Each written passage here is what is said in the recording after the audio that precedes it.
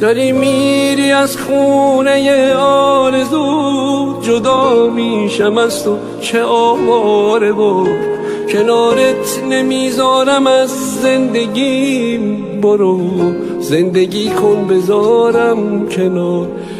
پی آرزوهای بعد از منم قصه غامو به دوش میکشم، میتونم از عشقت بمیرم ولی نمیتونم عشق یکی دیگه شم. واسه بهترین ها رو میخوام، چون واسه اولین بار فهمیدمت، واسه آخرین بار عاشق شدم، واسه اولین بار بخشیدمت.